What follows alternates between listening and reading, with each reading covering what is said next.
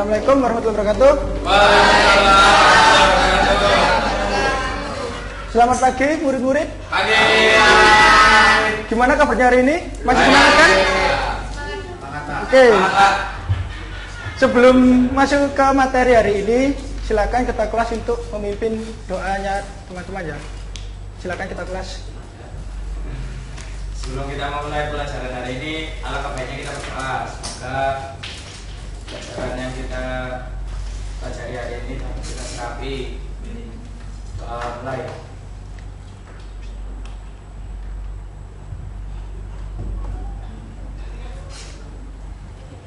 Selesai. Ya, terima kasih. Bapak akan mengabsen dulu ya. Anissa Nurul. Ya. Kreta Putri. Devi Safira Jelita. Didik Prastio. Siapa? Daya Amarta. Ya, Pak. Ya. Fristania. Elvira Trisnawati. Deanita Esti. Adelia Putri. Sudah semua ya saya panggil? Ada yang belum dipanggil? Saya. Nama kamu siapa ya? Gatra Satrio. Gatra. Oh iya. Maaf lewat aja. Oke. Siapa yang pikan hari ini? Bisa minta tolong salah satu untuk menghapus papan tulisnya?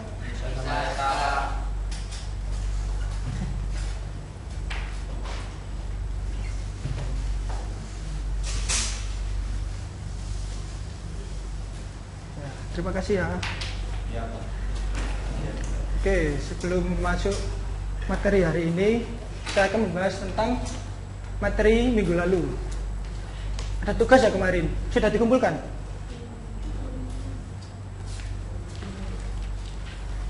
Sudah, Pak. Coba. Siapa yang memilihnya? Saya, Pak. Kok nggak ada di meja Bapak? Saya taruh di mejanya Bapak. Oh, iya. Mungkin ketindihan apa gitu ya? Ya nanti saya cari lagi, kalau enggak ya nanti tugas lagi lah. Lu jangan. Enggak. Saya Bapak cuma bercanda kok. Ya nanti saya cari lagi. Kalau ya semoga aja nanti ada. Oke, materi minggu lalu membahas tentang Pelaku ekonomi. ya. Siapa yang bisa menyebutkan siapa saja pelaku ekonomi itu? Saya, Pak. Ya, kamu? Pelaku ekonomi itu ada 4, yaitu produsen, Ya. konsumen, pemerintah, dan masyarakat luar negeri. Ya, bagus sekali. Jadi pelaku ekonomi itu ada 4, yaitu produsen, konsumen, pemerintah, dan masyarakat luar negeri. Siapa yang bisa menyebutkan kegiatan konsumen dan kegiatannya produsen? Saya, Pak. Ya, kamu? Jadi produsen itu orang yang membuat barang. Kalau Ya. Ya. Konsumen itu orang yang membeli barang dari produsen. Ya, terima kasih. Jadi produsen itu yang menghasilkan barang, sedangkan konsumen itu yang membeli barang dari si produsen. Jadi tentang produsen dan konsumen itu berhubungan dengan materi hari ini, yaitu tentang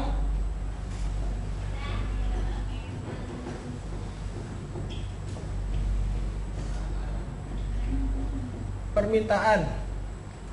Jadi permintaan ini berkaitan dengan kehidupan kalian. Kalian pernah beli jajan di kantin sekolah? Sering. Ya. Jadi yang kalian lakukan itu sudah menggambarkan tentang materi hari ini, yaitu tentang permintaan. Jadi apapun yang kalian beli atau si konsumen beli ke produsen atau ke penjual, salah satunya di penjual kantin sekolahan itu sudah menggambarkan tentang materi hari ini, yaitu permintaan. Mengerti? Mengerti, Pak. Ya, terima kasih.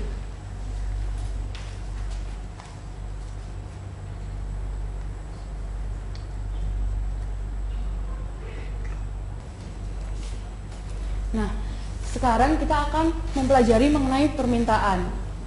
Yang pertama adalah pengertian dari permintaan itu sendiri. Nah, permintaan adalah jumlah barang dan jasa yang diminta oleh konsumen dalam berbagai tingkat harga pada satu periode tertentu. Nah, sekarang Ibu akan tanya ke kalian, kalau seandainya ibu ini akan beli pasta gigi dengan merek Pepsodent, tetapi harga Pepsodent itu melambung tinggi atau mengalami kenaikan. Menurut kalian, apakah ibu akan tetap untuk membeli Pepsodent atau berpindah ke pasta gigi merek lain? Tidak. Kenapa begitu? Karena harganya mahal.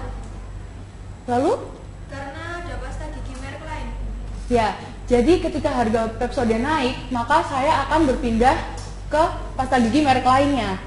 Nah, hal ini mengakibatkan terjadinya penurunan permintaan akan Pepsodent tersebut kan. Nah, kalau seandainya semua konsumen itu melakukan hal yang sama seperti saya, maka akibatnya kan sama, akan terjadi penurunan permintaan. Nah, menurut kalian, kenapa sih kok bisa permintaan itu turun? Apakah karena harga naik maka permintaan turun atau bagaimana? Berkurang. Nah, jadi kalau misalnya harga naik, emang permintaan itu akan berkurang. Nah, hal tersebut sesuai dengan bunyi dari hukum permintaan, di mana hukum permintaan ini berbunyi, ketika harga naik, maka jumlah barang yang diminta itu akan menurun. Tetapi ketika harga mengalami penurunan, maka jumlah barang dan jasa yang akan diminta itu akan mengalami kenaikan.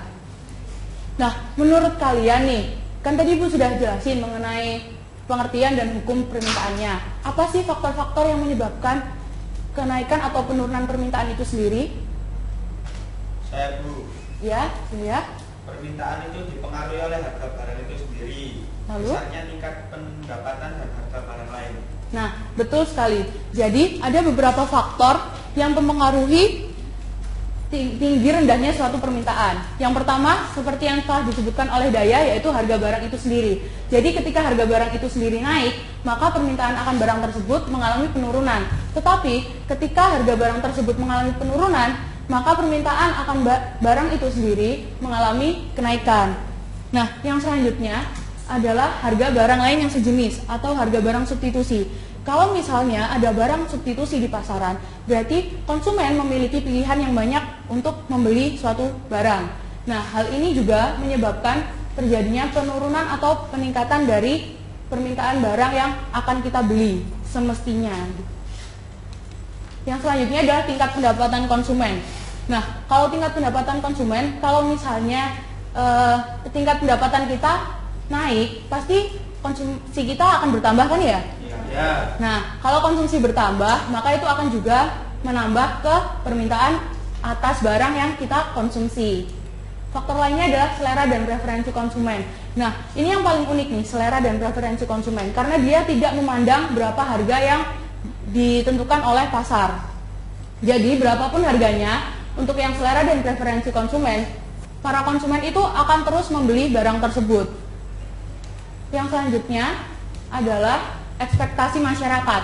Kalau yang ekspektasi masyarakat ini lebih mengarah kepada bagaimana sih harga nantinya ke depannya.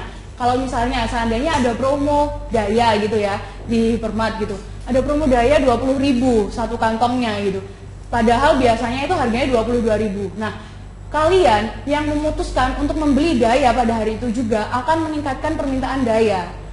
Tetapi kalau kalian lebih memilih membeli Daya tersebut di lain hari, maka dia akan mempengaruhi permintaan, yaitu permintaannya akan berkurang atau bahkan stuck di situ saja. Yang terakhir adalah intensitas kebutuhan. Nah, untuk intensitas kebutuhan sendiri, seberapa sering kalian membeli kebutuhan tersebut, maka juga akan mempengaruhi permintaan dari barang-barang kebutuhan yang kalian konsumsi. Nah, jumlah penduduk. Kenapa sih kok jumlah penduduk ini juga mempengaruhi faktor permintaan gitu?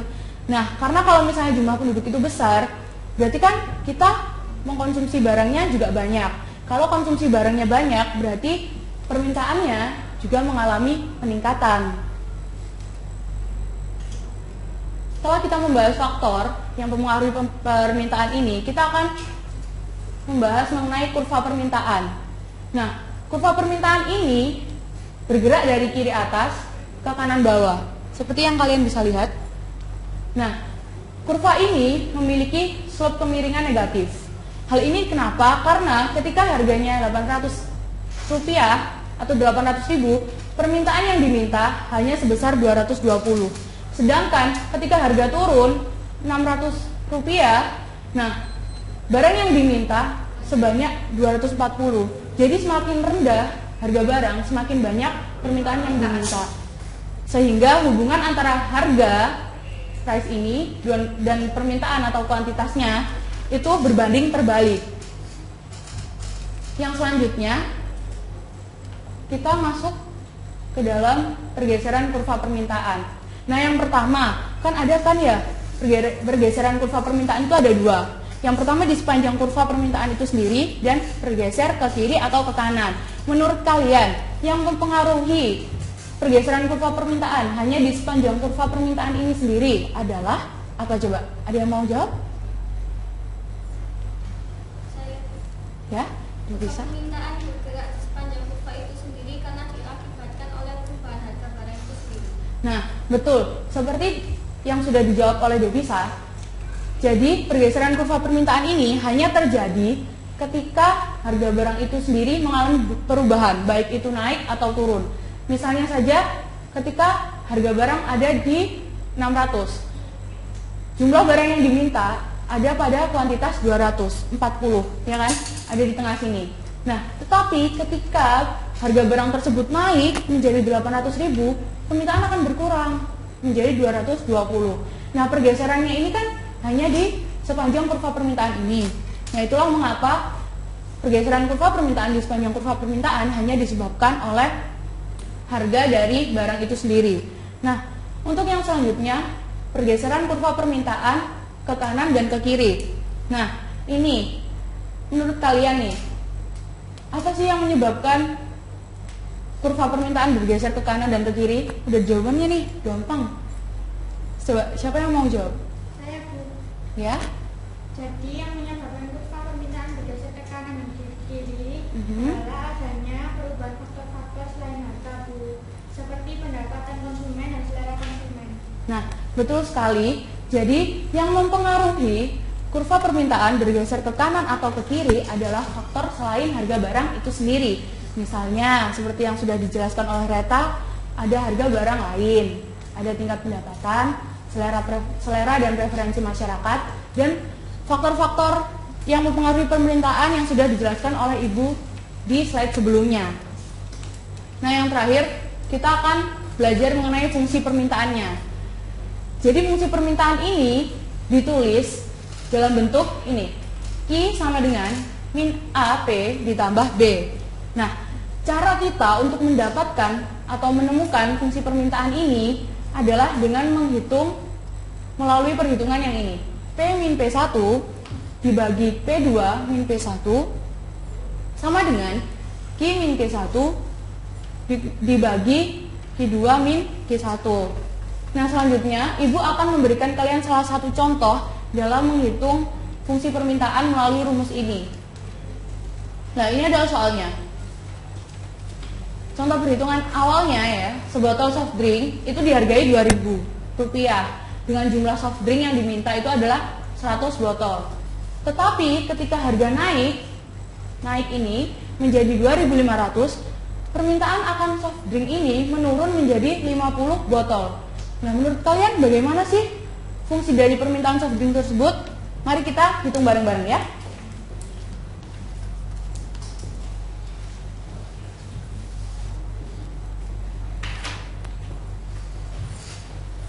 Nah, tadi kan rumusnya P min P1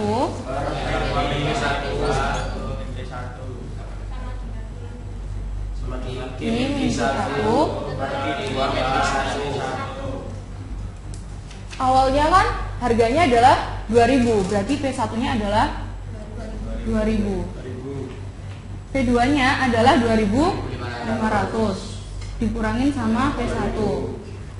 Nah, Q awal besarnya adalah 100 biji, ya kan, 100 botol. Tetapi yang di akhir menjadi 50 dikurangin 100. Nah, kalau misalnya kayak gini, berarti P min 2.000 per ini berapa? 500 ya? Sama dengan Q min 100 per min 50.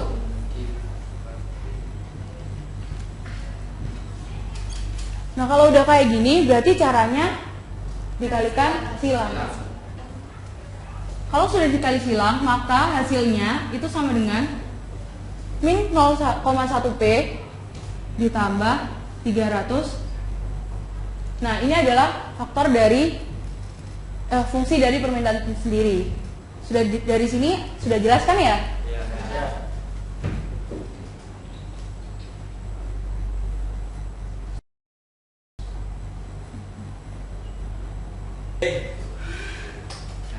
Ya, setelah Ibu Guru tadi menjelaskan, sekarang waktunya kita membentuk kelompok ya untuk pekerjaan tugas kelompok.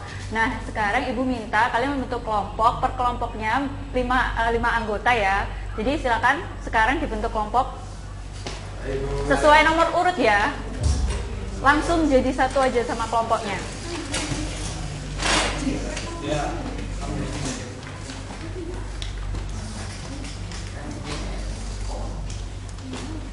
Sesuai nomor urut ya kelompoknya.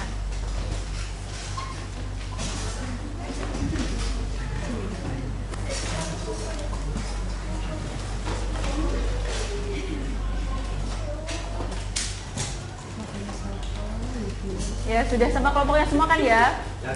Oh ya, minta tolong dong satu siswa untuk membagikan. Oh ya, silakan.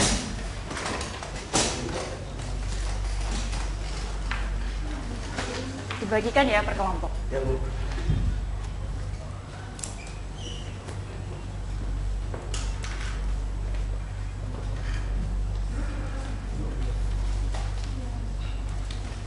Nah, ini sudah dapat semua kan ya lembar tugas kelompoknya? Nah, jadi di sini Ibu memberi tugas kalian itu menganalisis suatu masalah. Nah, masalahnya itu sudah terdapat di lembar tugas kalian. Jadi perintahnya dibaca dengan teliti sebelum mengerjakan. Jawabannya langsung saja ditulis di lembarnya.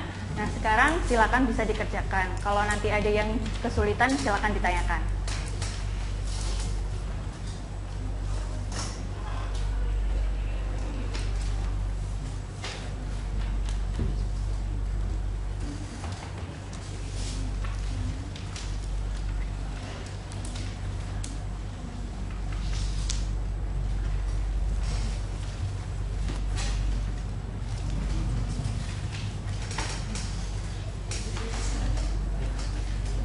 Gimana? Ada kesulitan?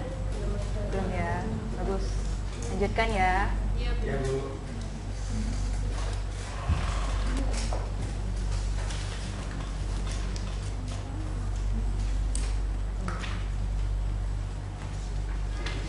Gimana? Ada kesulitan kelompok ini?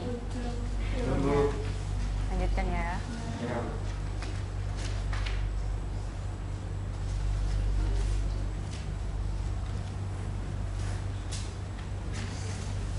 Dibagi-bagi aja biar cepat gitu, biar nggak kesulitan. Bisa dibagi-bagi. Ya.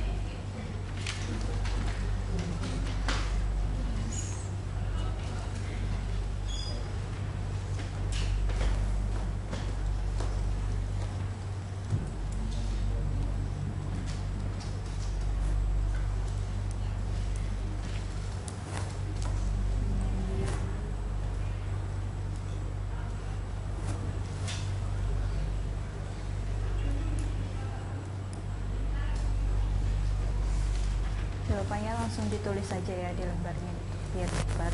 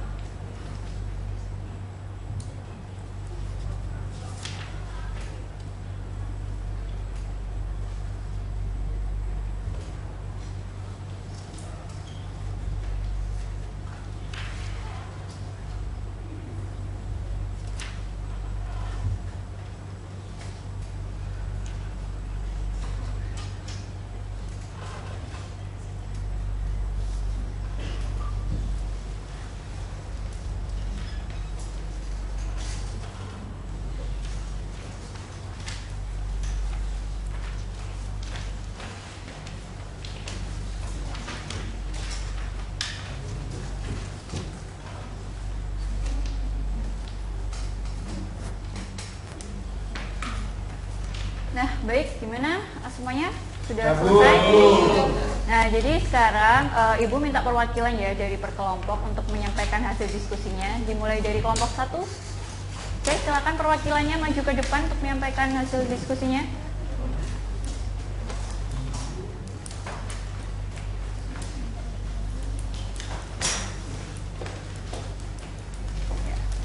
Assalamualaikum Warahmatullahi wabarakatuh. Waalaikumsalam. Ini perwakilan dari kelompok 1 akan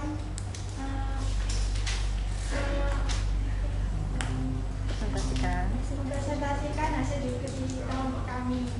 Yang pertama, 1. Hukum permintaan dan penawaran. Salah satu hal yang menyebabkan harga barang terus merangkak naik adalah prinsip supply dan demand.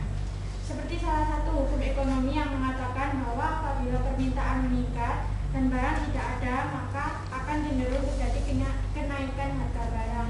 Hal ini bisa dilihat dari faktor terjadinya kenaikan harga. Kenaikan harga suatu barang sebagian besar terjadi karena faktor gagal panen. Mungkin masih dekat diingatan kita saat harga cabai melonjak drastis. Harga cabai ini naik karena terjadi gagal panen pada petani cabai akibat cuaca buruk. Saat ini harga beras terus melonjak naik. Hal ini disebabkan banyak petani beras yang gagal panen. Gagal panen ini menyebabkan jumlah beras di pasar menurun, sedangkan permintaan tetap atau mungkin bertambah karena menjelang puasa. Saat menjelang puasa, harga barang terus melonjak naik karena jumlah permintaan terus meningkat, sedangkan jumlah barang tetap atau cenderung berkurang. Perlu analisis dari sisi supply. Mengapa supply berkurang? Saat menjelang puasa seperti ini, banyak orang di daerah Jawa yang melakukan ritual kirim doa kepada para kerabatnya yang telah meninggal. Ritual ini berupa syukuran dengan mengundang para tetangga dan kerabat ke rumah untuk berdoa bersama-sama mendoakan sanak saudara yang telah meninggal dunia.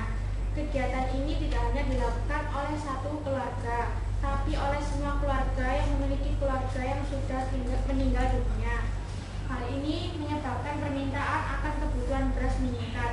Naiknya permintaan beras tidak diikuti bertambahnya jumlah beras di pasar. Hal inilah yang menyebabkan harga beras terus merangkak naik. Tentu menjadi hal yang sulit apabila kita ingin mengendalikan harga barang, karena selama ini barang-barang yang melonjak naik adalah barang-barang kebutuhan rumah tangga yang jumlah penawaran di pasar berkurang. Karena jumlah barangnya memang berkurang karena sebab-sebab tertentu seperti yang sudah saya sebutkan di atas tadi. Apabila kita ingin mengendalikan harga, salah satu cara adalah dengan menambah jumlah penawaran di pasar, yang artinya kita menambah jumlah stok barang tersebut di pasar, atau dengan menekan permintaan akan barang tersebut. Seperti bunyi hukum permintaan dan penawaran. Apabila penawaran akan suatu barang semakin bertambah, namun permintaan akan barang tersebut berkurang, maka harga barang akan turun. Sedangkan apabila permintaan meningkat, namun penawaran berkurang, maka harga barang akan naik. Jadi, cara yang dapat dilakukan agar harga tidak terus naik adalah berusaha agar jumlah penawaran melebihi jumlah permintaan di pasar. Kemudian yang kedua, lemahnya antisipasi kenaikan harga saat Ramadan. Kenaikan harga pokok saat Lebaran ini ini polanya sudah berulang-ulang tiap tahun. Apakah pemerintah tidak bisa mengantisipasi hal tersebut? Strategi pemerintah tiap tahun selalu sama, yakni operasi pasar. Tahun ini pemerintah menyediakan stok beras 500.000 ton untuk operasi pasar. Jika stok Bulog tidak mencukupi, pemerintah pun memutuskan untuk impor. Padahal kita ini adalah terkenal dengan swasembada beras.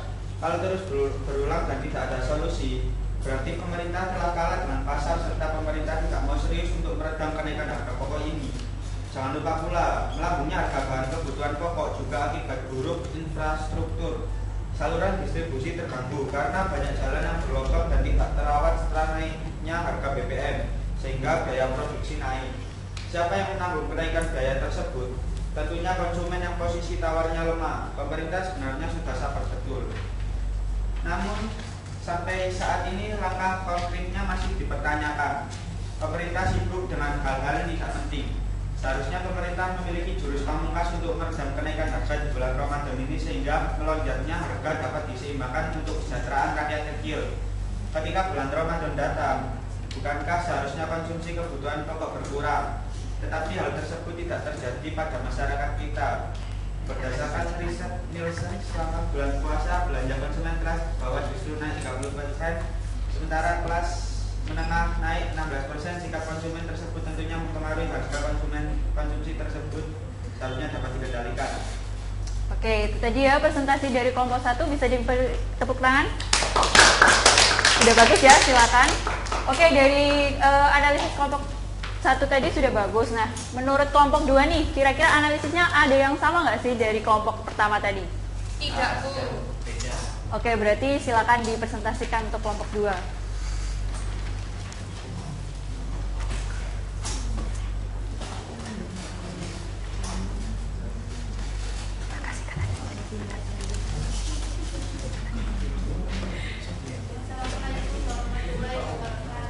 Waalaikumsalam warahmatullahi wabarakatuh.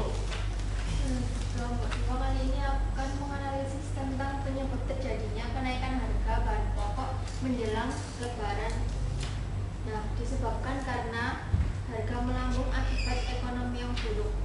Harga yang terus-menerus mengalami kenaikan menjadi masalah di tengah masyarakat karena kenaikan harga tidak sesuai dengan pendapatan yang dihasilkan masyarakat. Hal ini disebabkan karena perekonomian yang sangat buruk di negeri ini.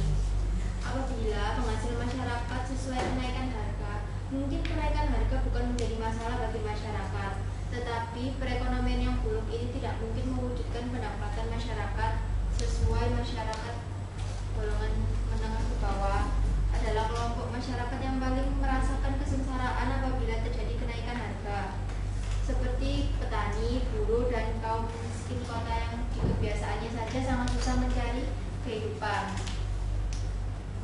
Nah, banyak faktor-faktor juga yang mempengaruhi hal tersebut.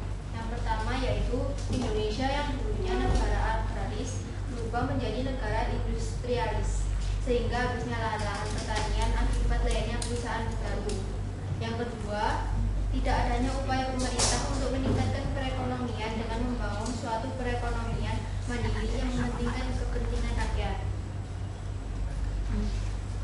Yang kedua, peranan pemerintah dalam pengendalian ekonomi pasar. Setiap menjelang puasa dan lebaran, kebutuhan bahan pokok selalu mengungsi harganya. Hal ini memicu inflasi dalam masyarakat, utamanya berpenghasilan rendah.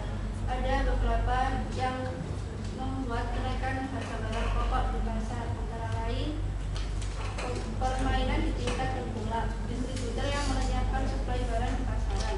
Yang kedua, sistem permintaan dan penawaran sangat bebas, tidak ada adab atau perilaku yang berpijak pada akhlak mulia yang mengutamakan masyarakat sebagai pihak yang dipenuhi kebutuhannya, alias terlalu kapitalis. Yang ketiga, pemerintah atau penguasa sebagai pihak mengatur tidak berperan penting dalam mengendalikan ekonomi rakyat, yang seharusnya berperan penuh dalam memberikan jaminan akan kebutuhan dasar rakyatnya, seperti sembako, sehingga harga-harga terlalu bebas diserahkan oleh pasar sebagai pengendali utama. Kalaupun ada operasi pasar, sifatnya sebagai terapi. Ya, itu jadi presentasi dari kelompok 2. Beri tepuk tangan dulu dong.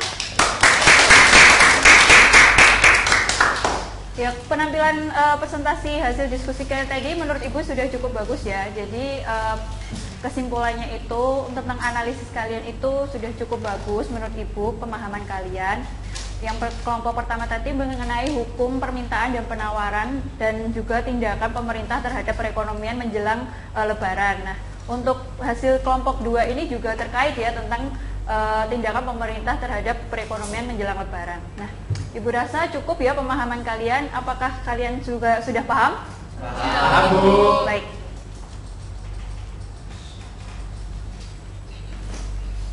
Nah, oke. Untuk anak-anak semua, minta tolong untuk bangkunya dirapikan ya, kembali ke tempat semula. Bisa agak lebih cepat. Mungkin yang sebelah sini bisa geser dikit. Bisa geser. Nah, agak-agak dikasih space ya, jangan berdekatan. Maksudnya kamu ke kiri. Itu minta tolong namanya ya. Yang sebelah sini juga geser kanan, yang sebelah sini. Ini kamu ini kapteknya. Oke, tadi kan udah dijelaskan tentang materi permintaan dan juga diskusi. Nah, sebelum masuk ke materi, adik-adik apakah masih semangat?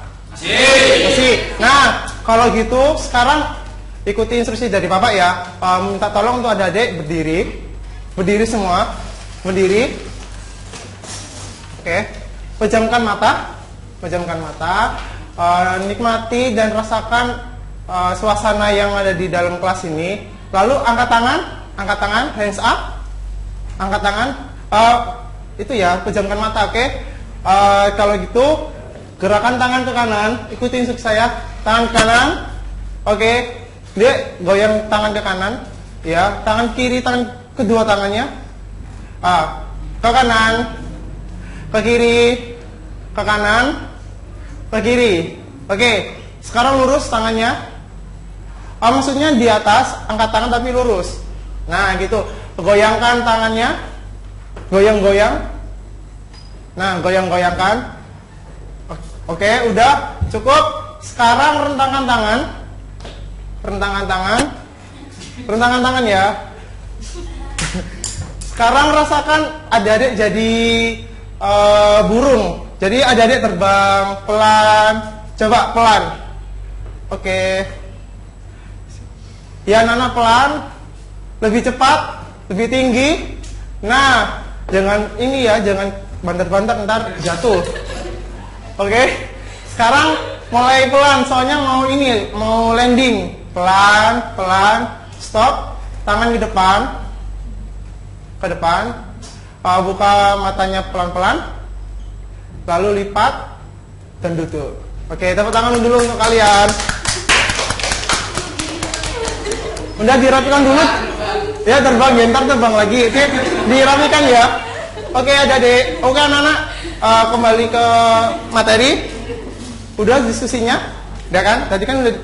Jadi gini, tadi kan udah materi tentang permintaan dan juga diskusi.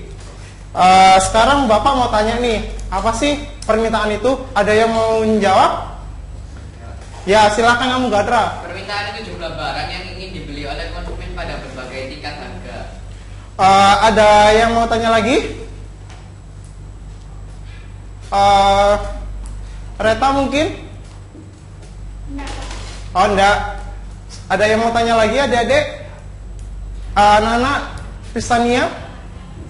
Iya, silakan. Faktor apa saja yang dianggap tetap dalam hukum sekretariat? Oke. Tepuk tangan dulu untuk teman-teman kalian yang sudah menjawab. Jadi permintaan adalah keseluruhan barang dan jasa yang diminta atau yang diinginkan oleh konsumen, gitu. Mungkin dari anak-anak ada yang mau bertanya? Halo, ada yang mau bertanya mungkin? Devisa? Anissa? Daya? Firsania? Adelia? Elmira? Enggak? Mungkin Dianeta? Enggak ada? Gatra? Yang belakang siapa namanya? Didi, nggak ada yang tanya? Oke, kalau gitu Bapak mau tanya nih, mengapa adanya barang pengganti berpengaruh besar atau kecil terhadap permintaan? Ada yang mau jawab? Mungkin Daya, Reta, Anissa, Lianeta, Adelia? Tidak. Mungkin Elmira, Festina, Kristania, Gadra. Oke, jadi mengapa adanya barang pengganti itu berpengaruh terhadap besar kecilnya permintaan? Karena barang pengganti berpengaruh terhadap besar kecilnya permintaan, karena jika penggantinya itu lebih murah maka konsumen akan menggunakan barang pengganti tersebut. Mungkin jadi adik-adik nanti kalau anak-anak kalau yang bertanya nanti Bapak kasih hadiah langsung. Tadi udah yang menjawab? Siapa tadi yang udah menjawab? Angkat tangan. Gatra.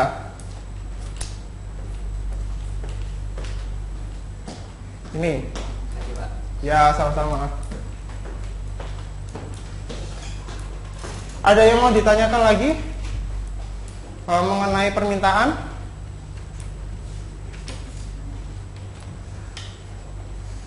Ada yang mau ditanyakan? Saya, Pak. Oke, silakan Pak Almira.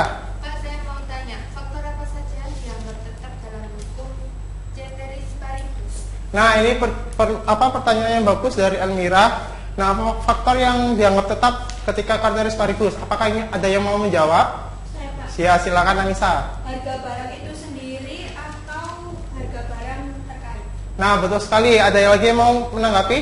Oh iya, ada Visa. Tingkat pendapatan dan selera masyarakat. Ada yang mau menjawab lagi? Saya, Pak. Ya, siapa Delia? Prediksi konsumen tentang kondisi pada masa mendatang dan jumlah penduduk. Nah, apakah ada yang mau tanya lagi? Kalau gitu, kalau sudah tidak ada yang bertanya, tadi yang menjawab siapa angkat tangan? Ini ya Anissa, ya Devisa, Adelia, Elmira, ya.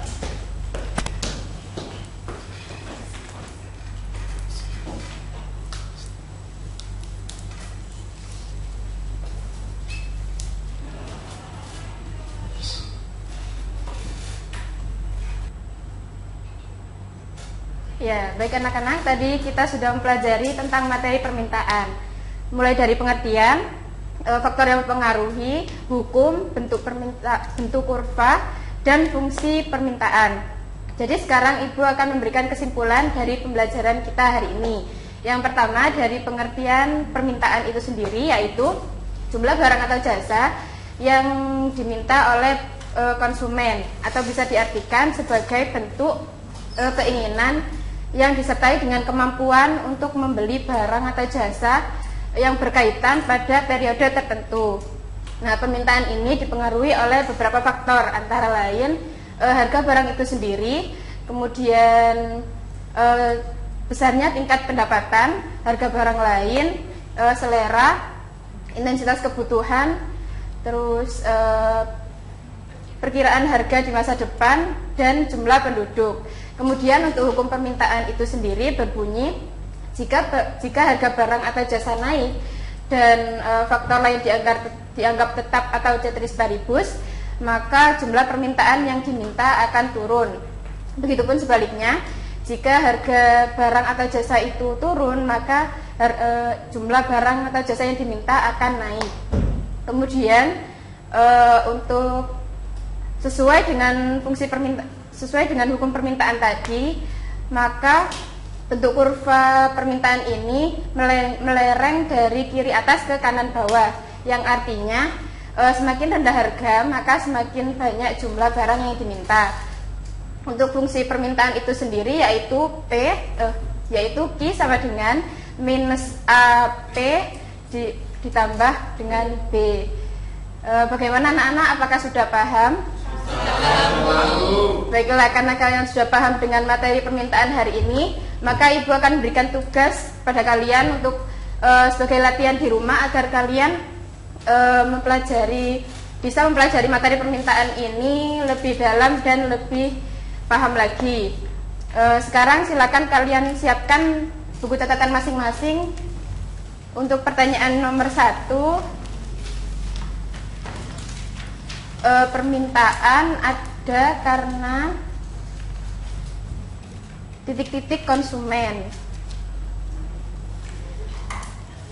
Kemudian soal nomor 2, jika pendapatan konsumen bertambah, maka jumlah permintaan dari konsumen akan titik-titik. Kemudian untuk soal nomor 3, jelaskan apa yang dimaksud dengan ceteris paribus. Soal nomor 4,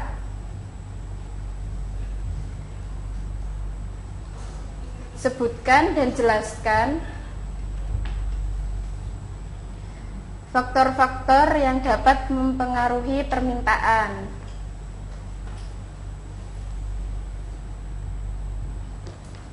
Untuk soal yang terakhir, pada saat harga apel 5.000, permintaan akan apel sejumlah 1.000 kg. Tetapi ketika harga apel turun menjadi 700 per kilogram, permintaan akan apel tersebut menjadi 600 kg. Tugas kalian buatlah fungsi permintaannya. Ya. Ini tugas individu atau kelompok? Nah, untuk tugas kali ini sifatnya individu ya. Silakan kalian kerjakan di lembaran, kemudian dikumpulkan pada pertemuan selanjutnya. Baik, Bu. Ya. Untuk pertemuan minggu depan, untuk pertemuan selanjutnya, silakan kalian pelajari tentang materi penawaran, karena kemungkinan Ibu akan memberikan kuis sebagai mengukur pengetahuan awal kalian dalam materi penawaran. Kemudian silakan ketua kelas untuk memimpin doa. Sebelum kita menutup pelajaran hari ini, marilah kita berdoa. Semoga pelajaran yang kita pelajari hari ini bermanfaat. Doa mulai.